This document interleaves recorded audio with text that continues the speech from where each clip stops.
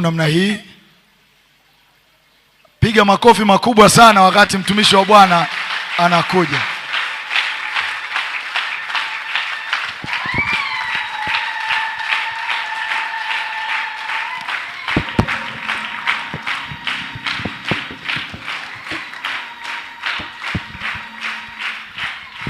Amen. Amen. Naomba tukae.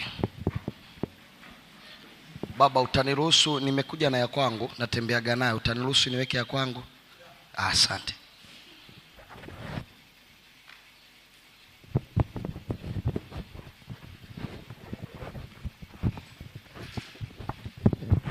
Watu wa Mungu, Bwana Yesu asifiwe sana.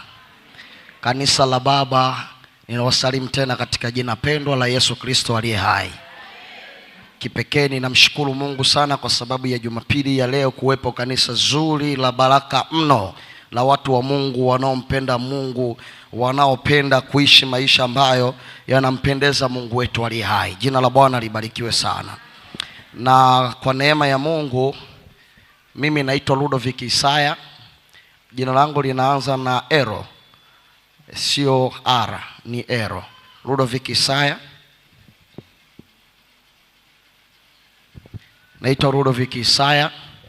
Ninamshukuru Mungu nimeokoka. Tunaweza tukawa wachungaji alafu bado watu hawajaokoka. Nimeokoka, hilo ndio jambo la msingi. Kwa neema ya Mungu pia Baba, nashukuru sana kwa ajili ya siku nzuri ya leo ya baraka sana ya kuweza kusimama mbele yako Baba yetu, mchungaji na mwangalizi wetu wa section nzuri ya Mwandiga, lakini pia watu wa Mungu, wachungaji na wazee wa kanisa na wote kwa ujumla. Mungu awabariki sana. Fungua kitabu cha Luka sura yake ya 4 na mstari sura ya 24 mstari wa 13 mpaka 35. Hatutasoma mistari yote, tutasoma mistari michache, lakini kisa chote kinapatikana hapo. Bwana Yesu, nalibariki jina lako. Asante kwa majira haya. Achilia neema yako sisi watoto wako tukapata kujifunza na kuelewa, katika jina la Yesu, amen. Kitabu cha Luka sura ya 24 mstari wa 13 hadi wa 35. Biblia inasema, nadhani tumefika wote, na kama hujafika basi inaonyesha kwenye skrini yetu hapa. Biblia inasema, natazama siku ile watu wawili miongoni mwao walikuwa wakienda kijiji kimoja jina lake Emau, kilichokuwa mbali na Yerusalemu kama mwendo wa saa 2. Nao walikuwa wakizungumza wao kwa wao habari za mambo hayo yote yaliyotukia. Ikawa katika kuzungumza na kuulizana kwao, Yesu mwenyewe alikaribia akaandamana nao. Macho yao yakafumba wasimtambue. Akawaambia, ni maneno gani haya mnayosemezana hivi mnapotembea? Wakasimama wamekunja nyuso zao. Akajibu mmoja wao, jina lake Kleopa, akamwambia, je, wewe peke yako mgeni katika Yerusalemu hata uyajui yaliyotukia humo siku hizi? Nikimbize mstari wa 25.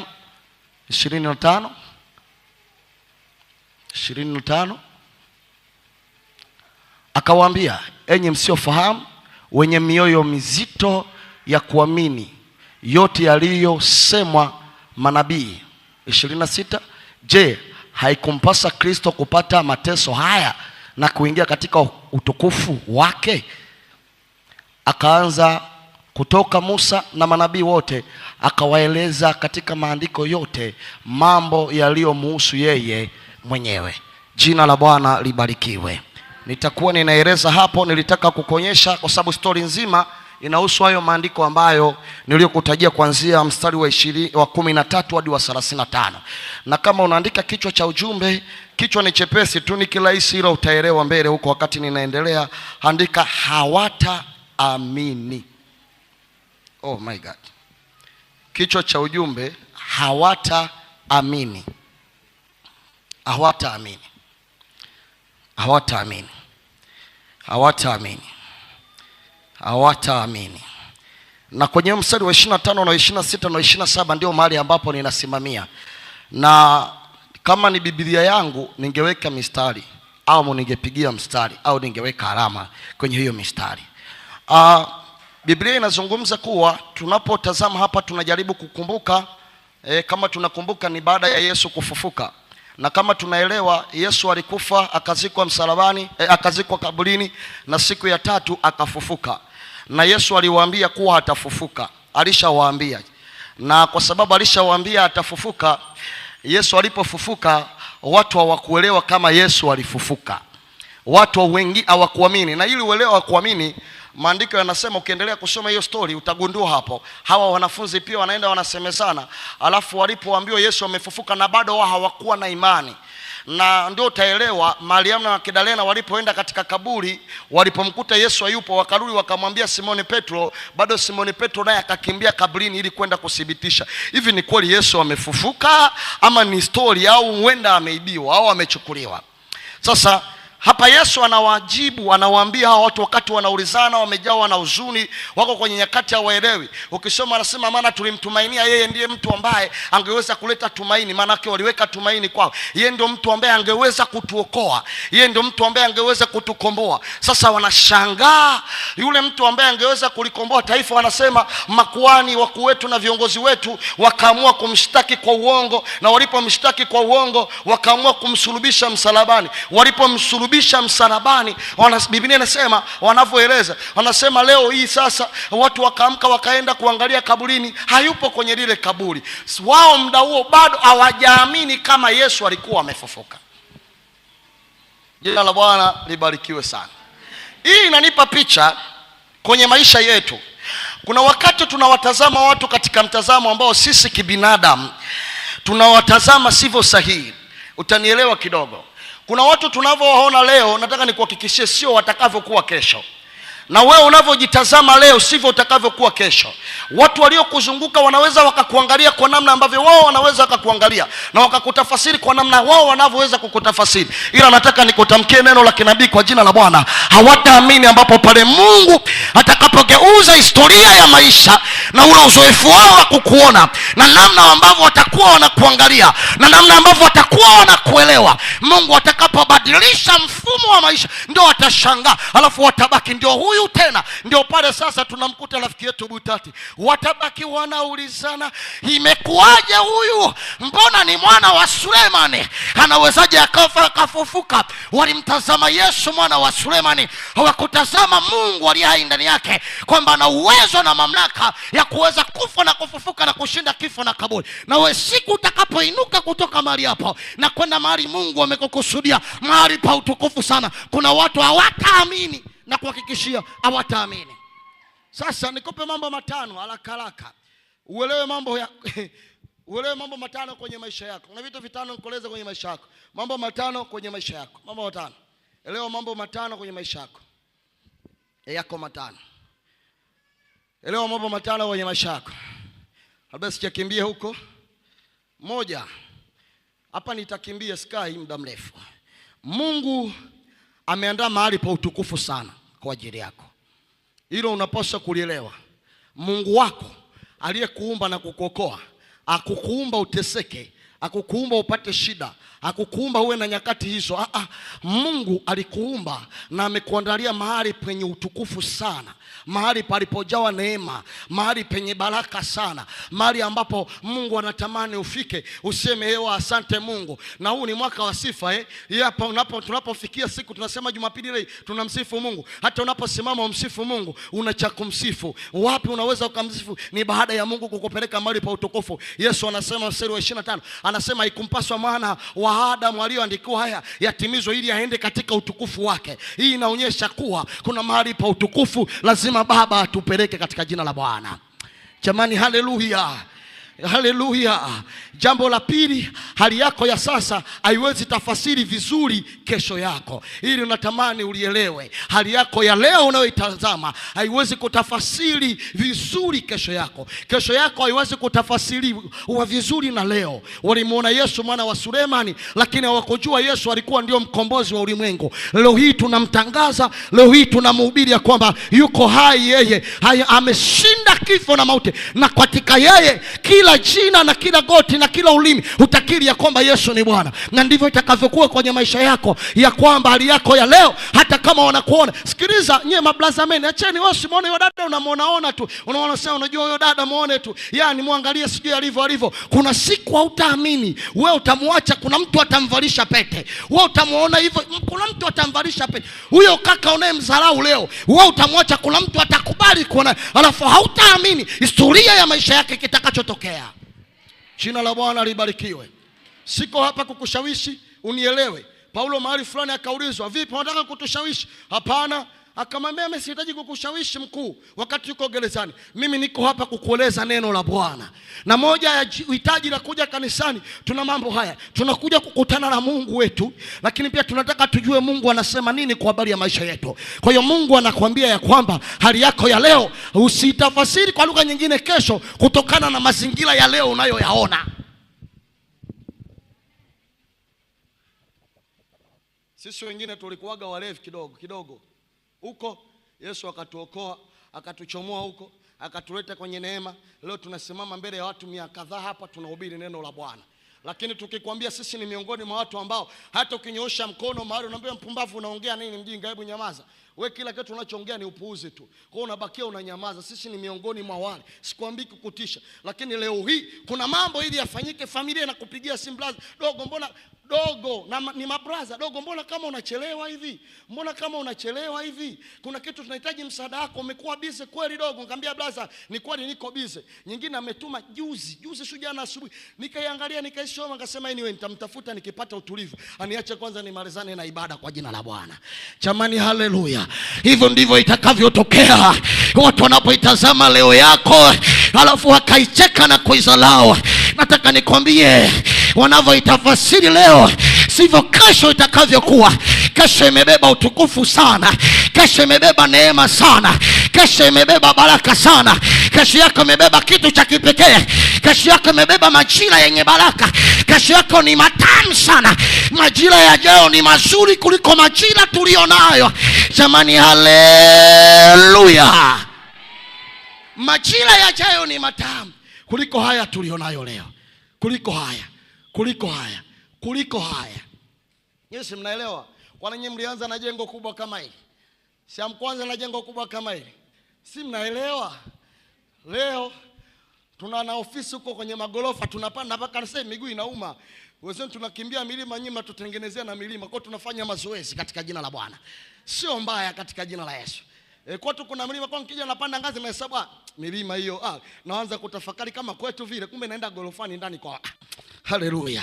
Sikiliza, kesho yako haitafasiri na leo. 3, hatima ya maisha yako imebebwa na Mungu. Hili ndio kitu nataka kuelewa. Hatima ya maisha yako imebebwa na Mungu. Unajua watu wengi wanapambana kwa sababu wanajua wao katika jitihada zao. Sikatai, Biblia inasema muwe na bidii, tuwe na juhudi, sikatai, pambana. Lakini ninachotaka uelewe, hatima ya maisha yako iko mikononi mwa Mungu. Mungu akisema, Mungu akitaka inakuwa. Hata kama angefufuka mchawi wa miaka ile ya kipindi cha Farao akaja kwenye kizazi hichi akuroge, nataka nikwambie bado hatima yako itatimia, kwa sababu aliyeshika ni Mungu aliye juu sana. Hatima yako. Acha kuangalia, unajua watu wanavyotutafasiri na kutusema na kutuzungumzia, kuna wakati sio sawa. Sasa Mungu akiwa ndani yako anaweza kukuinulia hata watu sahihi wanaoweza kukusemea vizuri kwa watu sahihi. Walijua hatima ya Yesu iliishia pale kaburini. Hawakujua hatima ya Yesu iko mikononi mwa baba yake. Alafu asema nautoa uhai wangu, alafu baada ya kutoa uhai wangu nitautoa tena ili niuendee ule majira yenye utukufu. Alipokufa wakasema tumemaliza, wakaweka na jiwe, wakasahau. Mwamba akaondoka. Nikasema mzee, mbona anapiga vizuizi tena? Akasema haya Bwana Yesu ainuliwe tu. Mwamba akaondoka na vizuizi, akapasuka. Alipopasuka, sikiliza, kaburi lenyewe likachasha kama malaba. Wewe mzee wa moto, wewe pita tu, sisi na wewe aka wewe Yesu, hata wewe Yesu umetumba, wewe fanya unachokitaka, sisi ni wako tu. Wakapisha, mwamba akatoboa, akaelekea. Ndivyo itakavyokuwa kwenye maisha yako, maana hatima yako imebebwa na Mungu. Kuna watu wanasimama wanasema na tuone, na tuangalie. Sikiliza, kesho watakushangaa watakapokuona umeinuka. Leo walikuona uko chini, kesho utakapoinuka kwenda mahali penye utukufu sana, watashangaa. Hivi ndio huyu tulikuwaga naye. Yaani yule mfagia kanisa, yule mfagia kanisa. Wewe muone mfagia kanisa. Huyo mfagia kanisa ni mtu mkubwa sana kwenye ulimwengu aliona katika ufalme huu ujao. Umjui Mungu alivyo. Kwa watu kuna msemo tunasemaga Mungu chibidu, sijui kumnasemaje. Mungu ni kigeu. Yaani Mungu anageuza, akiamua anakugeuza dakika 2 tu, anageuza maisha ya mtu, yanabadilika anakuwa mtu mwingine. Hatutegemeagi maisha yetu kwa kupitia sisi wenyewe. Sio elimu zetu, sio nguvu zetu, ila iko nguvu ya Mungu. Mungu akibeba hatima yako, kuna mahali atakupeleka utashangaa. Yesu akafa, alipofika kaburini siku ya 3, Mungu akasema ngoja turuhusu malaika akashuka. Malaika aliposhuka, Biblia inasema pakao tetemeko kubwa. Kila kilichozuiliwa kilikuwa jamani tulimshikilia tulishika huyu asiendelee. Sikiliza, walipoona Yesu mwamba malaika ameshuka, tetemeko, wale walinzi wenyewe wakakauka ghafla kama wamekufa. Afu mwamba akatoboa huyo, akaondoka zake. Watu hawataamini. Namba 4, Mungu kusudia jambo juu yako lazima litimie. Sio hatima tu ipo mikononi, lakini Mungu akikusudia jambo lazima litimie. Mungu alikusudia Yesu Kristo awe mkombozi, na ili ukombozi ukamilike ilibidi afe na kufufuka. Alifufuka hajafufuka? Sema wewe, alifufuka hajafufuka? Na leo tumekuja hapa kwa ajili ya nani? Yake. Na Biblia inasema utukuzo wewe uliyemnunulia Mungu watu, kamnunulia Mungu. Kanisa ni matokeo ya Yesu Kristo. Anasema nalijenga kanisa langu, wala milango ya kuzimu haitalishinda. Kwa hiyo Mungu akikusudia jambo kwenye maisha ya mtu lazima yatimie tu, hata ufanyeje. Yusufu muota ndoto, baba yake akamfanya mtumwa wake. Peleka habari, mpelelezi, nenda kapeleleze. Alafu kesho wakamtupa katika kisima, wenyewe wakamtoa, wakamuuza, wakampeleka utumwani. Wakati wanampeleka wanadhani ya kwamba wanamwangamiza, kumbe ndio wanampeleka kwenye eneo la utukufu. Kutoka eneo ambalo walizania tunamwangamiza, wanampoteza. Baadaye Yusufu huyo anakuja kufanyika msaada. Hawajaamini. Hivi ndio kweli Yusufu? Ndio huyu katika jina la Bwana. Nawaona Yusufu wa kizazi cha leo katika jina la Bwana. Anaweza akawa ni wewe, anaweza akawa ni wewe, anaweza akawa ni wewe. Nasema anaweza akawa ni wewe, anaweza akawa ni wewe, anaweza akawa ni wewe, anaweza akawa ni wewe. Mtu ambaye anaweza akasimama kizazi kikamtazama. Inawezekana kuinuka mtu ambaye Bwana anaweza akaweka jambo litakalosaidia kizazi chake. Haleluya. Swali kucheka wakakusahau. Sasa huyu naye na tumuone ataenda wapi? Huyu hatoboi. Siku itakapofika watakuja kukusujudia kama Yusufu. Dogo afu anaitwa bwana mkubwa, mheshimiwa tena. Mbona mimi mdogo jamani? Mkuu imetoka wapi hiyo? Mimi si ndo yule dogo. Utaambia tu mimi si ndo yule dogo, mimi ni mdogo wenu tu. Amna wewe unajua bwana mkubwa. Utaambia msijali, neema ya baba imenibeba. Yusufu anawaambia mlinikusudia mabaya, lakini Mungu alinikusudia aliyo mema. Jambo la 5, njia ya hatima yako sio nyepesi, ila utafika kwa kuwa Mungu amesema. Njia ya hatima yako sio nyepesi, ni kweli, lakini utafika kwa sababu Mungu amesema. Unajua, ndio maana nikamwambia usitafasiri hali yako ya leo kwa ajili ya mazingira ya kesho. Hali ya leo inaweza ipo, ili kutuchangamsha kidogo, ili tutengeneza kidogo, kufanya hali ya utukufu ule utakao kuja uone ni mkubwa, kutengeneza ushuhuda. Wakati unahisi kama naangamia, wakati unahisi kama unapotea, wakati unahisi kama unateketea, sikiliza nikwambie, majira hayo sio unateketea, hayo majira unatengenezwa. Itazame kesho, tazama majira mapya yajayo yanayokuja katika neema ya ajabu. Unashangaa katika mazingira magumu, kesho unainuka. Nani alijua? Nani alijua? Daudi wakati anapigana, yani kisa tu kuwa mfalme, na mwamba hajawa mfalme, alitawazwa mbadala wake, yeye bado kaachwa kwenye kiti, lakini bado anamsumbua Daudi. Nani alijua? Lakini katika heka zote baadaye Daudi anakuja kuwa bonge la jitu, alafu linasimulia matendo makubwa ya Mungu. Hapo ndio unamsikia, Bwana ndiye mchungaji wangu, wala sitapungukiwa na kitu. Hapo ndio utasemaje Bwana ni mchungaji wako? Maana tayari kuna mahali ndio wanasema, katika bonde la uvuli wa mauti, gongo lake na fimbo lake vinanifariji. Alafu mwisho anamalizia, hakika wema na fadhili zake zitanifuata. Kwa nini anakiri? Kuna mahali alipita, alafu wema na fadhili ukambeba, ukamsaidia akatoka kwenye lile eneo. Alipotoka akawa mtu mwingine. Kwa hiyo njia ya hatima yako sio nyepesi. Kwani Yesu ilikuwa ni nyepesi? Mwamba anaenda, anafika mahali anapiga magoti, anasema Baba, ikiwezekana kikombe hiki kiniepe. Wewe unavyofikiri ilikuwa mchezo?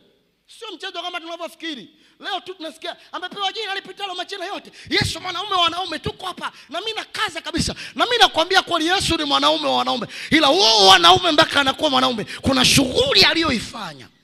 Hakuna utukufu bila mahali fulani kidogo pa kutikiswa. Lakini usiogope, utafika. Uwe na uhakika kwenye hatima yako utafika. Na mimi nakwambia kwenye hatima yako utafika. Nasema kwenye hatima yako utafika katika jina la Bwana. Jamani, haleluya. Jamani, haleluya. Haleluya, haleluya. Sasa nikupe kweli 4. Hayo ni mambo 5. Nikupe kweli 4. Kweli 4. Hizi ni kweli 4. Moja, watu wengi uitafasiri kesho ya mtu kwa kuangalia hali ya leo. Nimehama pale nilikuwa nakwambia wewe, hatima yako hata kama ni ngumu unaweza ukafika tu. Usitafasiri kesho yako binafsi. Maana shida ni nini? Wewe unaitafasiri kesho yako. Hapa sasa najaribu kukuvushia watu kidogo. Watu wengi uitafasiri kesho ya mtu kwa kuangalia hali yao ya leo. Mimi naweza nikamtafasiri bishop hapa kwa kuangalia mazingira yako ya leo. Kumbe sielewi wewe kesho kaja kuwa askofu na kuja kwa shikamoo baba. Ndio nakueleza, ndio Mungu alivyo. Mungu wa ajabu. Rafiki yangu mmoja nampenda, na ni rafiki yangu mpaka leo, hata akiona hii video anajua yeye ajue mimi ni rafiki yangu. Najua sinatembea, ni rafiki yangu. Mpaka leo ni rafiki yangu. Aliwahi kufanya jambo ambalo baadaye alikuja kujutia. Alikuja kuniomba msamaha, lakini nilikuwa niko pale ofisini kwake, niko nashughulika. Napokuambia sio kwamba hatujapita, mimi naelewa nyakati ngumu, naelewa vitu vigumu, naelewa nimepita. Wewe dogo, sikiliza, wewe nione tu mdogo, ni mdogo unavyoniona. Yangu hapa nikianza kukumwagia unaweza ukajikuta unaanza kulia.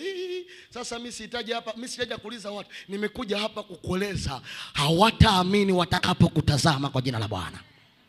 Yule rafiki yangu, nilikuwa nafanya shughuli pale, nilikuwa namsaidia kazi zake. Sio kwamba alikuwa analipa. Sasa unafikia hizo level. Mimi nafikia level za kufanya kazi mshahara tonge. Si unaelewa? Tumepita hizo nyakati.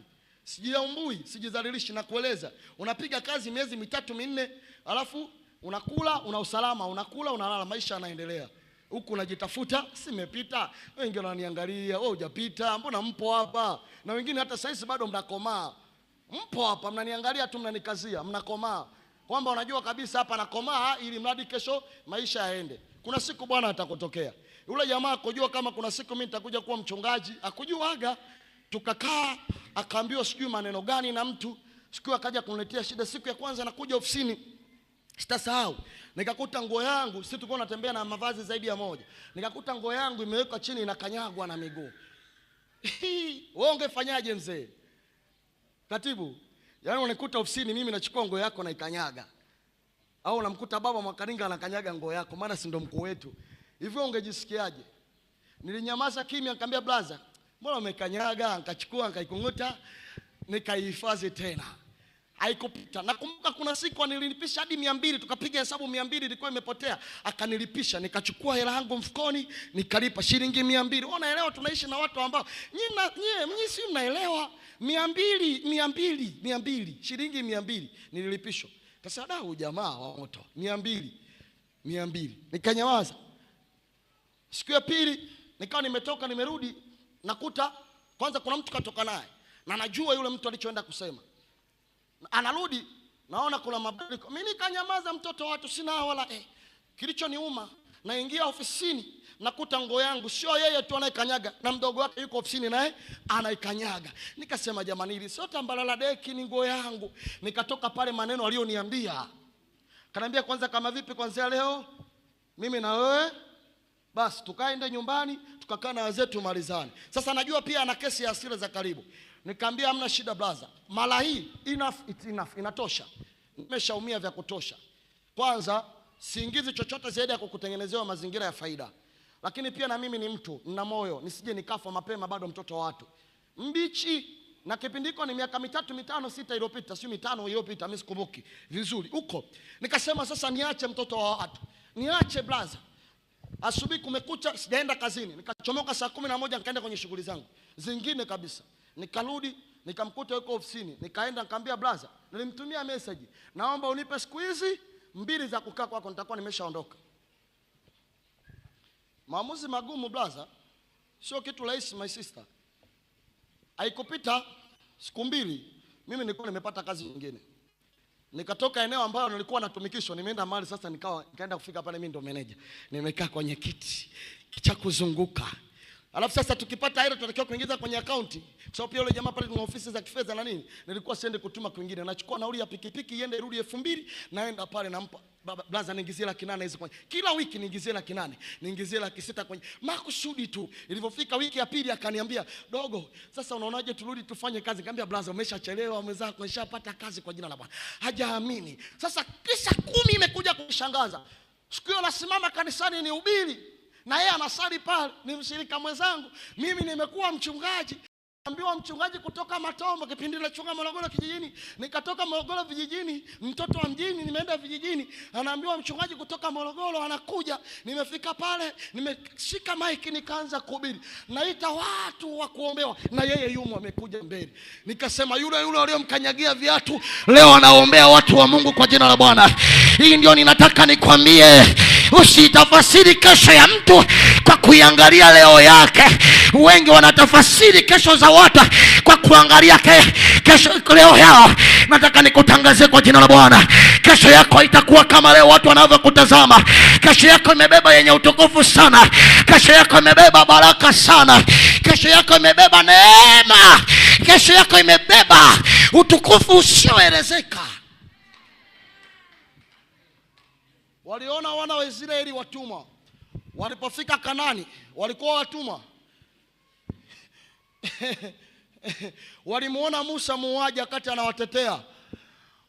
Baadaye alipokuja kuwakomboa, kila kitu walikuwa wanaenda kumdai nani? Maji, Musa. Sijui nini, Musa. Kila kitu walikuwa wanaenda kwa Musa. Jina la Bwana libarikiwe. Kwa hiyo watu wengi wanaitafasiri hiyo, ujue kabisa hiyo ni ukweli usiotaka kupingika. Ndio maana Yesu alipokufa hawakujua kama angelifufuka. Kwa hiyo walisema mambo ameshakufa, imeisha hiyo. Hamna tena kinachoendelea. Kweli ya pili, watu wengi wanamuona mtu hawamuoni Mungu anayetenda kazi katika maisha ya mtu. Watu wengi wanakuona wewe, hawamuoni Mungu anayetenda kazi kwenye maisha yako wewe. Hata mimi ninakuona wewe, na kuangalia wewe ulivyovaa, na kuangalia wewe unavyotembea, na kuangalia wewe kamwili kako kalivyo, na kuangalia wewe vile ulivyo, na kuangalia wewe hapo. Ila sijui kwamba ndani yako kuna Mungu anayeweza kutenda mambo yapitayo kawaida.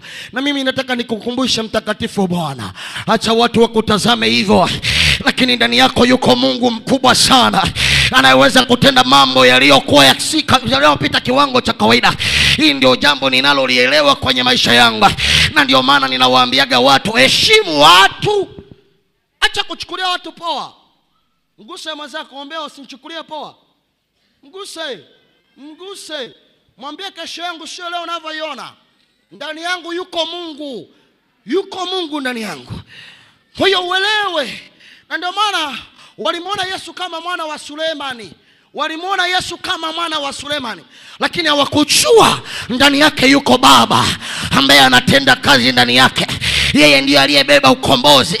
Hawakujua kama Yesu ndio mwokozi wao. Walimuona ni mwana wa Sulemani, huyu ni mtengeneza mbao. Ndivyo wanavyokutazama tu. Huyu si mfagia kanisa, huyu si muimba praise tu, huyu si muimba kwaya tu, huyu kanisa si limemteua kuwa mhubiri tu, huyu si yupo tu ana kazi ya kufanya. Nataka nikutangazie katika jina la Bwana, yako majira ambayo kila mtu hataamini kitakachotendeka kwenye maisha yako. Maana Bwana hatakushangaza, nao watanyamaza kimya. Watasema ndio huyu kweli, nasema ndio wewe utakainuliwa katika jina la Bwana majeshi aliye hai. Haleluya. Kweli ya tatu, watu wana uwezo wa kubeba picha ya mtu isiyo sahihi kumuhusu mtu. Kwa wenye lugha nyepesi, mtazamo wa watu siku zote sio sahihi. Yaani watu wanaweza kuwa na mtazamo sio sahihi juu ya maisha yako. Watu wanaweza kubeba picha ya mtu isiyo sahihi kumuhusu yeye mtu. Watu wanaweza kubeba picha isiyo sahihi kumuhusu mtu. Napenda kutoa mifano yangu. Sipendi kumhubiri mtu. Nilipelekwa mahali fulani nikahudumu. Nilipofika lile eneo, nimetumwa na mwangalizi. Nikafika kule, mvua inanyesha, sikuweza kuvaa viatu, nikavaa zangu tu. Sikuwa na gumboot, nikavaa zile wanaita kamongo, ninazijua zile ebo fulani hivi zimeziba mbele. Maana hali ya hewa ni mbaya. Wamemtuma bodaboda wao aje anifuate mazingira niliopo, anipeleke eneo husika. Nafika pale bodaboda, namfuata yule mzee wa kanisa kiongozi, anambia mzee, yule pale ndio mchungaji mliyenituma nikamchukue. Sawa. Mzee anakuja ananiuliza, ndio wewe? Wewe unatafasirije? Hivi si unaona tele hapa nishakataliwa? Nikaona kaa utani hivi. Alafu ilikuwa siku ya Ijumaa. Mimi kanuni yangu maeneo mengi ninapoenda, sio mtu ambaye napenda nakuwa nimeshajiandaa vya kutosha. Ilikuwa siku ya Ijumaa nakumbuka. Unakula Ijumaa hiyo? Na mimi nikamjibu, nakula. Ijumaa na ni mteji, naijua sheria. Sasa unataka nikaanguke madhabahuni? Mimi najua nilichokibeba, usinisumbue. Tutakutana huko. Nikatoka nikaenda. Wakapika ugali nikala kidogo. Nikaoga nikavaa nikaingia madhabahuni. Walitakiwa waondoke saa 10, waliondoka saa 12. Sio mimi nahubiri, nilishamaliza kuhubiri, wao wanaomba. Tuliza na wewe. Tuliza. Mimi nifanyeje sasa mtoto wa watu? Nikanyamaza. Nilikuwa mdogo, sio 21, 22, sasa hivi siangalau nimekuwa. Sasa hivi hata pia nina kamwili. Nilikuwa kadogo. Yaani nilikuwa kama sijui ni moja. Sasa hivi angalau mwenyewe nikijiona kama mtu kidogo. Sikiliza, siku ya pili, siku ya tatu mzee kiongozi, kwa sababu mchungaji alikuwa yupo naye, alitolewa alienda kanisa lingine, akasimama madhabahuni wakati anaaga. Mchungaji, naomba unisamehe sana. Sasa mimi sijajua. Akasema, namna ulivyokuja nilikuchukulia tu kama mshikaji. Mnaniona ni mshikaji? Kanambia nilipokuona nikasema udogo wametuletea muuni wa namna gani? Ila mchungaji, wakataka kunipaga na mke bwana lile eneo katika jina la Bwana. Serious nakwambia, wakati tunaondoka akawa amenisindikiza. Nipo kwenye pikipiki, tuko wawili sasa. Kisha namsindikiza mchungaji. Eneo la umbali natumika kama 15,000. Niko kwenye pikipiki, ananiambia, unamwona yule katibu wetu? Yule katibu wetu wa kanisa hajaolewa. Sijui anaanza kunipa story, ni binti mzuri. Sijui nikasema alafu mimi nilikuwa najua ni katibu wao, kwa sababu pia mimi nilikuwa ni kiongozi wa section. Mimi nilikuwa katibu wa vijana section. Kwa hiyo yeye ni miongoni mwa vijana ninaowaongoza. Kwa hiyo ninamfahamu vizuri. Ananisimulia mtu ninayemfahamu. Nikasema kweli baba, haleluya. Aisee, kwa kweli mna mtu mzuri sana. Lakini aliponipokea ni tofauti na namna alivyoniona baadaye. Usibebe picha ya mtu kwa kumtazama. Lolote linaweza kutokea kwenye maisha ya mtu. Lolote linaweza kutokea. Jina la Bwana libarikiwe. Kweli ya 4, watu wanaweza kuwa na wivu na matarajio mabaya juu ya mtu badala ya kutazamia wema wa Mungu kwenye maisha ya mtu. Kwa lugha nyepesi, watu wanaweza kuwa na matarajio mabaya kwenye maisha ya mtu badala ya kutarajia wema wa Mungu kwenye maisha ya mtu. Watu wanaweza kuwa na matarajio mabaya kwenye maisha ya mtu badala ya kuwa na matarajio mema ya Mungu kwenye maisha ya mtu. Ndio wanadamu wao. Hata uwalishe nini, hata uwape nini, mpaka unajiuliza, huyu naye ni mpendwa? Ni mpendwa. Jamani, ameokoka mbona kikaa huko ananisema vibaya? Nimeshakutana na watu wanaonisema vibaya, afu na nyamaza.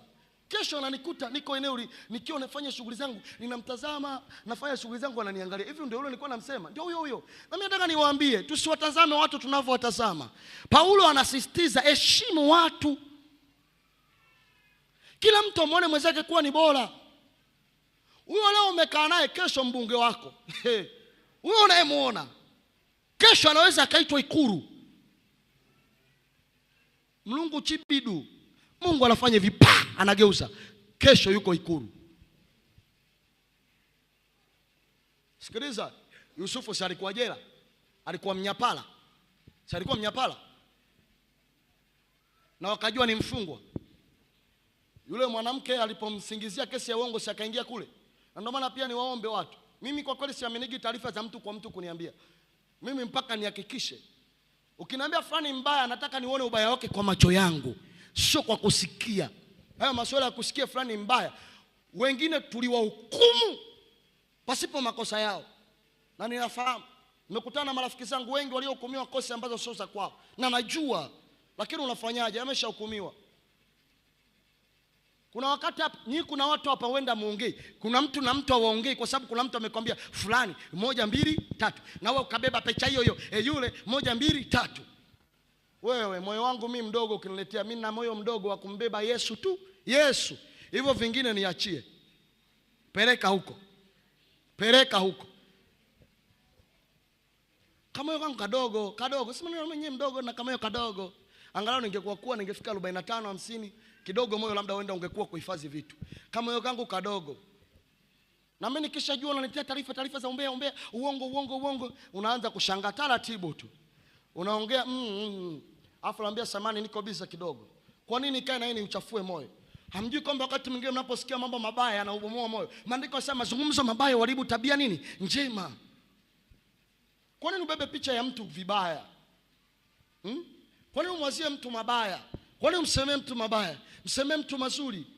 Nampenda babangu Gregory, president wangu wa mwaka jana pale chuoni, aliyemaliza mwaka jana, rais wetu wa chuo pale Mbeya, akanipigia simu. Nikashangaa, toka chuo kimemalizika mwaka jana, juzi amenipigia simu, niko hapa usiku, afu akajua namba yake sina, kumbe mimi namba yake ninayo.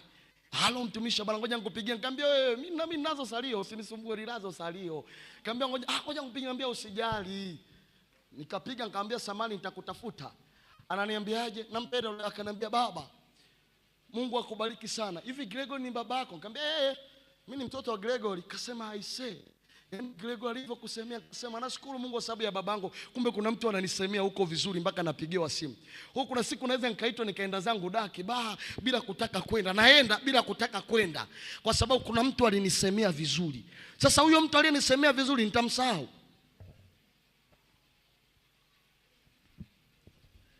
Mambo 4 ya kuzingatia. Ndio namaliza ujumbe. Hapa nitaenda haraka. Zingatia. 1, muamini Mungu katika mazingira yoyote. Katika mazingira yoyote wewe muamini Mungu. Muamini Mungu katika mazingira yote. Hata kama hali zinakataa, lakini wewe muamini Mungu kwamba hapa tutapita tu. Tutapita. Hata kama mazingira yanakataa. 2, usiogope kwa sababu watu hawana taarifa zako zote. Yaani watu hawana taarifa zako zote. Kwa hiyo hata usiogope. Watu hawana taarifa zako zote, usiogope. Watu hawakujui wewe. Mawazo yao ni tofauti na Mungu. Watu wanaweza kukuamini wanakujua, kumbe hawakujui. Nafahamu rafiki yangu mmoja pale chuoni asemaga, mimi Rudo namjua, afu nikashangaa. Hata jina langu lenyewe la utoto ulijui. Maana mimi nilikuwa na jina la utoto, mimi nilikuwa na majina mawili. Unayajua, unanijua. Yaani kuna watu ukikaa nao tu dakika 2 anataka kusimulie kama anakujua sana. My friend, hata wewe uliyekaa naye umjui. Hajui hata nimetokea wapi, mtoto wa watu. Ila yeye anaamini ananijua sana. Nikamwambia baza, sawa, akiongea ananijua na mimi naamini kwa kweli ananijua sana. Ila nikiondoka mwenyewe nasema ila huyu jamaa ndio watu walivyo. Kuna watu wanavyokusimulia mahali kama walizaliwa na wewe, alafu basi wakusemea wanakusema vibaya kama vile yani mtu wenyewe tumekutana juzi tu, unanijua wewe. Tumekutana niko na hivi utu uzima, ndio hata mwaka sina. Wewe unaanza kumwambia mtu unakuwa unamjua huyo mtu. Huyo uleka naye katikati yako huyo, wewe unajua alikotokea na unajua kesho atakuwa. Nataka nikutangazie, taarifa zako hana zote. Anazo taarifa zako tu kwa kukutazama hivi, lakini hana taarifa zako za kufanikiwa kwako. Hana taarifa zako za njia yako ya mafanikio. Hana taarifa zako za pale utakapoitwa mahali ambapo yeye hapajui. Hana taarifa zako zote. Upaswi kuogopa. Jambo lingine, Mungu anaweza kubadilisha maisha ya mtu kwa ghafla sana. Mungu anaweza kubadilisha maisha ya mtu kwa ghafla sana. Na ya mwisho ambayo ni yake hapo, hiyo juu, Mungu anaweza kubadilisha maisha ya mtu kwa ghafla sana. Na ya mwisho, Mungu anaweza kumuinua mtu kwa muda mfupi sana. Kwa muda mfupi sana. Kuna watu wanaamini mafanikio mpaka yaanze process. Uwe na miaka 15 kwenye hicho kitu ndio kiweze. Niko hapa kukutangazia, biashara yako haihitaji iwe ina miaka 10 ndio iweze kuinuka kwa jina la Bwana. Niko hapa kukutangazia, hiyo kazi unaoifanya haihitaji miaka 7 ndio upande sikiliza nikwambie, hiyo huduma uliyobeba haihitaji miaka 30 ndio uweze kutambulika au ndio uweze kuwa na matendo makubwa ya kimungu. Unamhitaji Mungu anayeweza kuwashangaza watu. Na kama utasimama na Bwana, nataka nikuambie, watu watashangaa, wataangalia, huyu ndio huyu tunayemjua.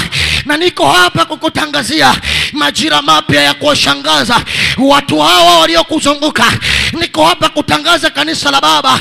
Watu watasema, hivi ndio Kigoma kuna kanisa la namna hiyo? Watashangaa, watasema ndio pale Mwanga Msufine. Watashangaa watakapokuwa wanaangalia, wakifika wanashangaa, mazingira mbona kama yamebadilika. Watu wataangalia, watu watakuangalia, lakini hawataelewa. Hivi ndio huyu dada ambaye alikuwaga kama eleweke, anatembea kama anarudi, alafu ndio huyu anavalishwa pete. Unashangaa, hivi huyu dada kwani ana sifa gani mpaka olewe kuliko mimi? Watu watashangaa, watasema huyu kaka naye muone, huyu kaka si ndio yule kilaza pale kanisani, yani ana chochote ana lolote. Ndio utashangaa atakapopata aina ya mke ambaye utashiuliza, hivi brother, huyu wakake aliumbiwa kutoka mbinguni au alizaliwa? Mungu akushangaze. Nasema Mungu akushangaze. Nasema Mungu akushangaze. Nasema Mungu ashangaze maadui zako. Hakuna kizuizi kitakachozuia ili wewe usishangazwe. Hakuna kiambaza kitakachozuia ili wewe usishangazwe. Alilolikusudia Bwana nalo linakuwa, nalo linatendeka. Alilolitaka Bwana nalo linatendeka. Jamani, haleluya. Nataka niwatangazie ya kwamba Yesu anaweza kubadili mifumo yote kwenye maisha yako kuanzia dakika hii katika jina la Bwana. Simama kwa miguu yako. Kurabasaka yanta badaba yanta budiantenama kuramasya karabasaka yadabakata. Hapo ndio utaanza, ndio baadaye utakaposimama na kuanza kusema hakuna Mungu kama wewe. Haya ndio majira nimekuja kutangaza kwenye maisha yako.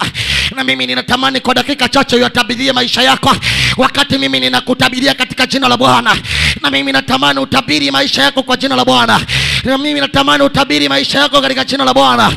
Na mimi natamani utabiri maisha yako katika jina la Bwana. Nasema Bwana atayabadilisha maisha yako. Nasema Bwana atabadilisha, hata mwenyewe utabakia mdomo kuwa wazi katika jina la Bwana. Mungu wa matendo wa maajabu, wewe Mungu uliye juu sana, uliyeinuliwa, asante kwa sababu ya kanisa lako na kizazi chako hiki. Niko hapa kama nabii wa zamu majira haya, niko kusema Bwana washangaze washangaze watoto wako kwa matendo ya ajabu na makubwa ambayo Bwana wa majeshi, Mungu wa mamlaka, yatasababisha matokeo ya kimungu na dunia ikashangaa, ikalitukuza jina lako katika jina la Bwana wa majeshi aliye hai. Kuna watu wana magonjwa, Mungu ninaamini utawashangaza watu. Yule dada alikuja kupima hapa na ukimwi, lakini Mungu unaweza kuondoa huo ukimwi. Wewe Bwana, kuna watu wataenda kupima, watasema yule ana kansa. Ninaelewa Bwana nini ninachoongea. Kurabasaka. Mwaka jana mwezi wa 8, mwanamke mmoja alipita mbele wakati ninafundisha na kuomba. Nikashangaa, amekuja amebebelewa. Kumbe yule mwanamke ana kansa na mimi nilikuwa sijui. Kwa hiyo siongei kwa sababu tu ninaongea, nina uzoefu pia. Siongei kwa sababu nasikia kukutia moyo. Katika jina la Bwana sema Baba, katika jina la Yesu. Sema tena Baba, katika jina la Yesu. Yabadilishe maisha yangu Bwana. Yabadilishe maisha yangu Bwana. Nitengenezee maisha yenye utukufu. Nitengenezee majira mapya yatakayobeba furaha ya maisha yangu, yatakayoshangaza ulimwengu, yatakayobeba ushuhuda wako, yatakayobeba ushuhuda wako katika jina la Yesu. Ninakataa kila kizuiacho kwenye maisha yangu katika jina la Yesu. Kila kinachozuia kwenye maisha yangu kuyafikia yale majira mema, kwa jina la Bwana leo viachia katika jina la Bwana. Sema leo viachie kwa jina la Yesu. Kwa dakika chache sema leo viachie kwa jina la Yesu. Sema tena leo viachie kwa jina la Yesu. Uwe ni uchawi uachie, zio ni madhabahu za giza ziachie. Majira yangu mapya yatazuiliwa katika jina la Yesu. Hebu piga hiyo hali inayozuia. Yesu alimwekea jiwe, lakini lile jiwe halijaweza kubaki katika jina la Yesu. Yesu, kama ulivyoweza kutoka katika kaburi, natangaza muujiza wa mwanamke mmoja hapa. Natangaza muujiza wa mwanamke mmoja hapa. Natangaza muujiza wa mwanamke mmoja hapa. Natangaza muujiza wa uzima wa mwanaume mmoja hapa. Natangaza neema ya mtu mmoja hapa katika jina la Yesu Kristo Nazareti aliye. Yatapakatori antena Maria. Rekete poli antana basia. Rekata pakasia tana maya. Yadabakata na mayande bulia. Yakata poli antana mayande. Baba, ninatabiri uzima kwa mwanamke yule. Nasema wewe mwenye magonjwa, Bwana kuponya. Nimeshawahi kumshuhudia Mungu akiponya mtu mwenye ukimwi. Yadabakori antana masia. Yakatapaka sekretari antaya. Yadabakata na mayanda. Iwe ni kansa yachie. Iwe ni kansa yachie. Unaiambia majira yako mapya lazima uende. Majira yako mapya lazima uende. Yaliyobeba neema, yaliyobeba utukufu mkubwa. Kurida basele badia nama. Na kutabiria wema wa Bwana kwenye maisha yako. Na kutabiria wema wa Bwana kwenye maisha yako. Na kutabiria wema wa Bwana katika jina la Yesu. Bwana kutendee mema. Kurabasa. Hiya kataka. Kuri na mayande. Shene manana. Karabasaka. Hiya dabakata. Karabasa. Ningekuita mbele, lakini ngoja nikwambie tu, mahali ulipo iko nguvu inatembea. Una kesi ya kiafya, hiyo tulishahomba. Una vitu unatamani vitokee, hivyo tulishahomba. Amini ya kwamba Mungu ametenda katika jina la Yesu Kristo wa Nazareti aliye hai. Amini ya kwamba Mungu ametenda. Amini ya kwamba Baba amekutendea. Amini ya kwamba Mungu amefanya.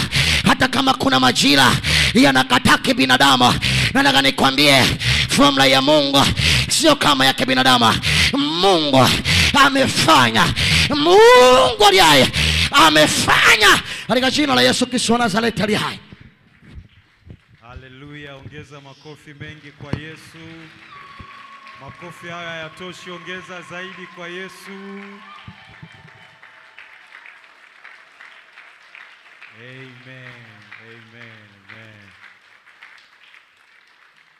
Amen. Basi unaweza kuketi na niwakaribishe Blessed Band tafadhali.